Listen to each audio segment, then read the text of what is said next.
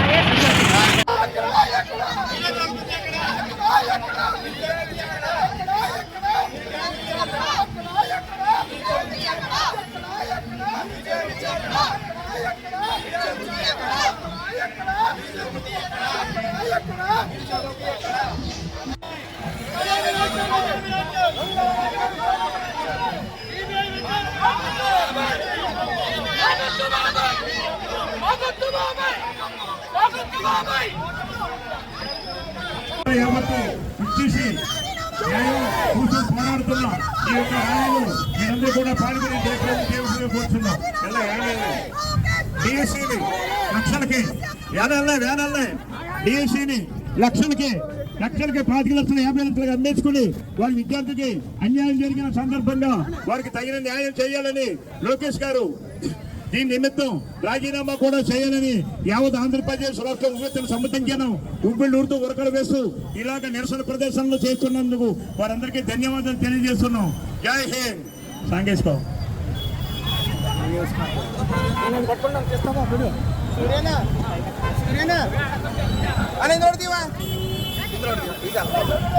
ఎలా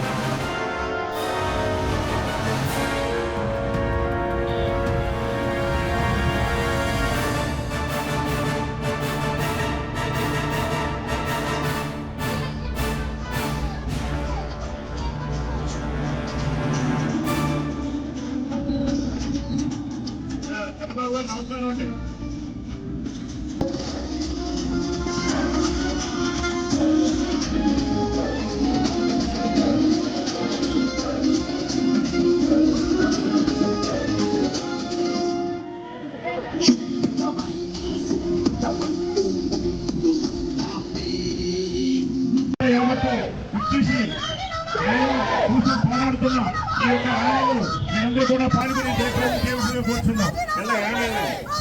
డిఎస్సీని లక్షలకి వేనల్నే డిఎస్సీని లక్షలకి 5,50,000 అందించుకుని వారి విద్యార్థికి అన్యాయం జరిగిన సందర్భంగా వారికి తగిన న్యాయం చేయాలని లోకేష్ గారు దీని నిమిత్తం రాజీనామా కూడా చేయాలని యావత్ ఆంధ్రప్రదేశ్ రాష్ట్ర ఉవ్వెత్తున సమ్మతించాను. ఉబ్బిళ్ళూరుతూ ఉరకలు వేస్తూ ఇలాగ నిరసన ప్రదేశంలో చేస్తున్నందుకు వారందరికీ ధన్యవాదాలు తెలియజేస్తున్నాం. జై హింద్. సాంగేశ్వరం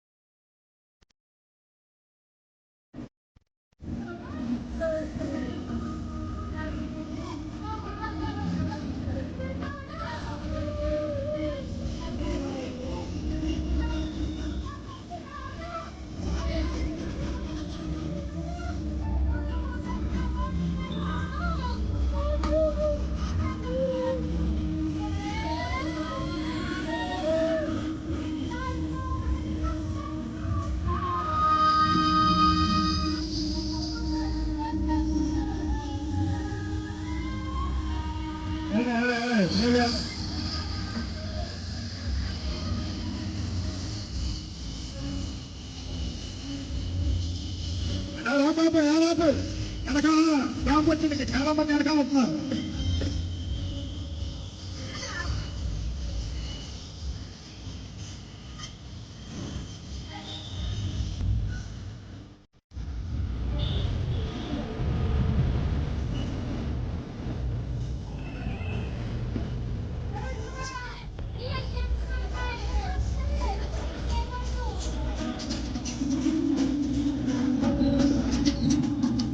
చంద్రబాబు గారు నమస్కారం అండి.